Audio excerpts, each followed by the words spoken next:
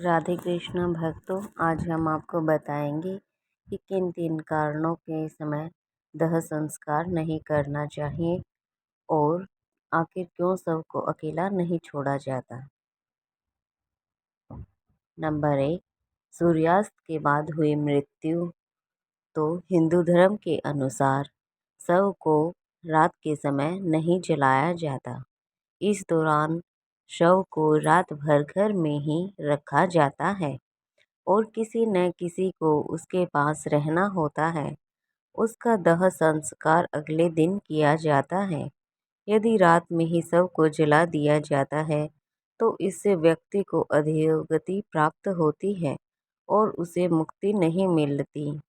ऐसी आत्मा असुर, दानव अथवा पिशाच की योनि में जन्म लेते हैं। नंबर 2, यदि किसी व्यक्ति की मृत्यु पंचंग काल में हुई हो तो पंचंग काल में शव को नहीं जलाया जाता। जब तक पंचंग काल समाप्त नहीं होता तब तक शव को घर में ही रखा जाता है और किसी न किसी को शव के पास रहना होता है। गरुड़ पुराण सहित कई अन्य धार्मिक ग्रंथों में भी उल्लेख है कि यदि पंचंग में किसी की मृत्यु हो जाए तो उसके साथ उसी के कुल खानदान में 5 अन्य लोगों की मौत भी हो जाती है। इसी डर के कारण पंचंग काल में खत्म होने का इंतजार किया जाता है, परंतु इसका समाधान भी है कि मृतक के साथ आटे, बेसन या कुश यानी सूखी घास से बने 5 पुतले अर्थी पर रखकर इन पांचों का भी शव की पूरी तरह विधि विधान से अंतिम संस्कार किया जाता है। ऐसा करने से पंचंग दोष समाप्त हो जाता है। नंबर 3, यदि कोई मर गया है परंतु उसका दाह संस्कार करने के लिए उसका पुत्र या पुत्री समीप नहीं होकर कहीं दूर है तो उनके आने का इंतजार किया जाता है। तब तक शव को घर में ही रखा जाता है और किसी न किसी को शव के पास रहना पड़ता है। कहते हैं कि पुत्र या पुत्री के हाथों ही दाह संस्कार होने पर मृतक को शांति मिलती है, अन्यथा वह भटकता रहता है।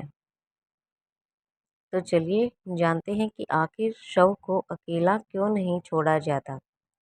शव को अकेला छोड़ दिया जाए तो उसके आसपास लाल चींटियां या अन्य नरभक्षी रेंगने वाला प्राणी या पशु आकर शव को खा सकता है, इसलिए वहां कोई न कोई व्यक्ति बैठकर शव की रखवाली करता है। नंबर 2, यदि रात में मृत व्यक्ति को अकेला छोड़ दिया जाए तो आसपास भटक रही बुरी आत्माएं भी उसके शरीर में प्रवेश कर सकती हैं। इससे मृतक के साथ साथ परिवार को भी संकट का सामना करना पड़ सकता है।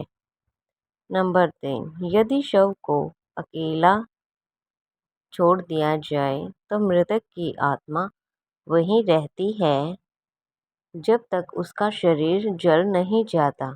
तब तक उसका शरीर उस शरीर से किसी न किसी रूप में जुड़ाव रहता है।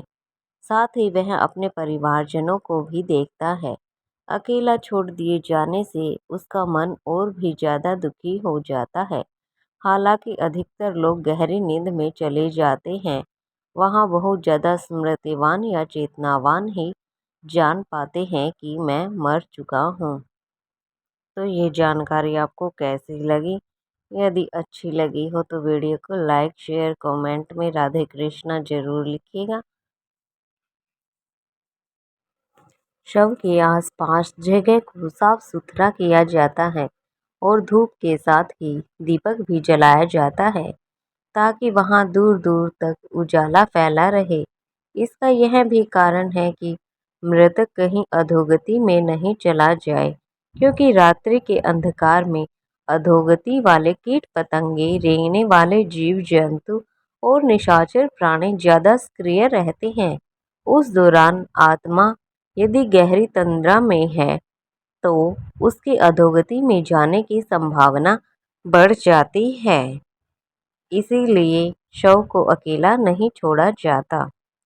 चैनल को सब्सक्राइब जरूर करें और कमेंट में राधे कृष्णा जरूर लिखें।